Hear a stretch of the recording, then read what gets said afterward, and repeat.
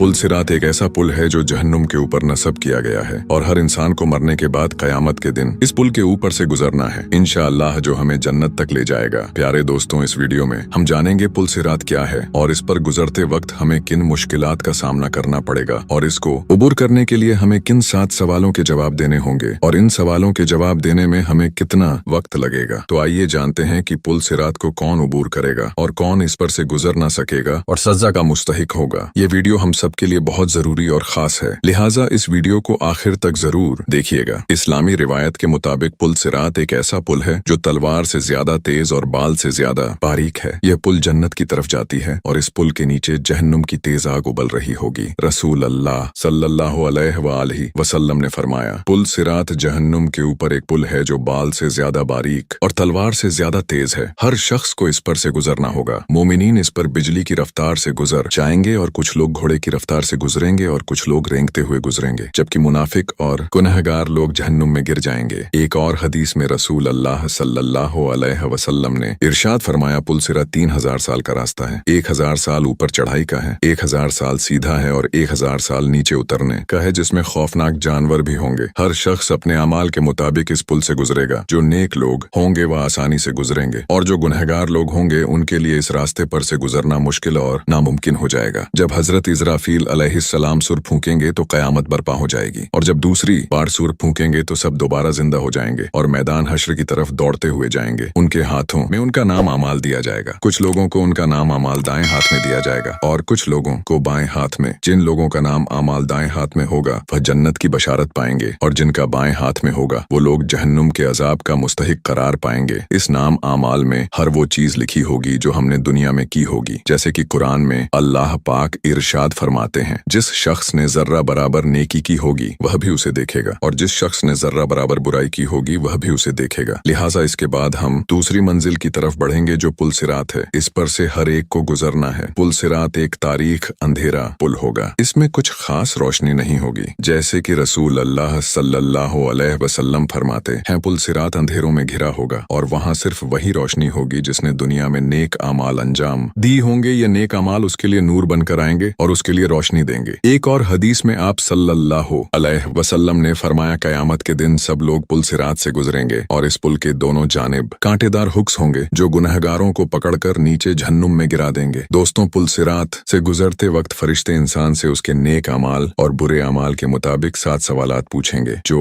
कोई भी इन 7 सवालों का जवाब दे देगा वह इस पुल को आसानी से पार कर लेगा। इंसान से पहला सवाल होगा, तुम्हारा रब कौन है? तो जो नेक लोग होंगे वह आसानी से जवाब देंगे और कहेंगे कि हमारा रब अल्लाह है, और काफिर लोग इसका जवाब नहीं दे पाएंगे और वह जहन्नुम में गिर जाएंगे। फिर दूसरा सवाल नमाज के बारे में पूछा जाएगा। जिन लोगों ने नमाज इखलास के साथ दुनिया में अदा की होगी उनके लिए जवाब देना आसान हो जाएगा। फिर तीसरा सवाल जकात के बारे में पूछा जाएगा कि हमने अपना माल कहाँ खर्च किया है, अल्लाह के हुक्म के मुताबिक हमने जकात गरीबों और मोहताजों को दी है या नहीं, हमने अपना माल कैसे कमाया, क्या हमने इसमें हलाल और हराम का ख्याल रखा। अगर हमने अपना माल अल्लाह की राह में खर्च करने के बजाय सिर्फ जमा किया है तो हमें इस पुल से गुजरना मुश्किल हो जाएगा। फिर अगला सवाल रोजा के मुतालिक पूछा जाएगा जो हर मुस्लिम पर फर्ज है। इसके बाद हमसे हज के बारे में सवाल किया जाएगा। अगर हमने हज की इस्तिताअत के बावजूद हज अंजाम नहीं दिया होगा तो हमें सख्त तरीन सजा दी जाएगी। फिर अगला सवाल हुकूक के बारे में पूछा जाएगा, मसलन माँ बाप के हुकूक, औलाद के हुकूक, हमसायों के हुकूक और हर रिश्तेदार के हुकूक के बारे में जो हमारे साथ जिंदगी में उठना बैठना है सवाल किया जाएगा। अब आखिरी सवाल सफाई के बारे में पूछा जाएगा, जैसे कि हदीस में है सफाई और पाकीज़गी ईमान का आधा हिस्सा है। एक और हदीस में है अल्लाह पाक है और पाकीज़गी को पसंद करता है, इसलिए तुम्हें भी चाहिए कि अपने आप को पाक रखो। यानी अल्लाह ने सफाई को ईमान का एक अहम हिस्सा बनाया है और जो इंसान जाहिर और बातिन दोनों में पाक हो अल्लाह उससे राजी होता है। प्यारे दोस्तों, इन सारे सवालात का जवाब जो इंसान दे सकेगा वो आसानी से इस पुल को उबूर करके जन्नत में जाएगा और जो इंसान इन सवालों का जवाब ना दे सकेगा वो जहन्नुम में गिर जाएगा। रब्बे कायनात से दुआ है कि अल्लाह हमें नेक अमाल अंजाम देने की तौफीक दे और बरोज़े क़यामत इस पुल को आसानी से उबूर करना नसीब करे। हमने जो सुना या पढ़ा उसमें कोई गलती हो गई हो तो अल्लाह हमें माफ करें और सही व सच्ची बात को आगे फैलाने की तौफीक अता फरमाए। आमीन या रब्बुल आलमीन।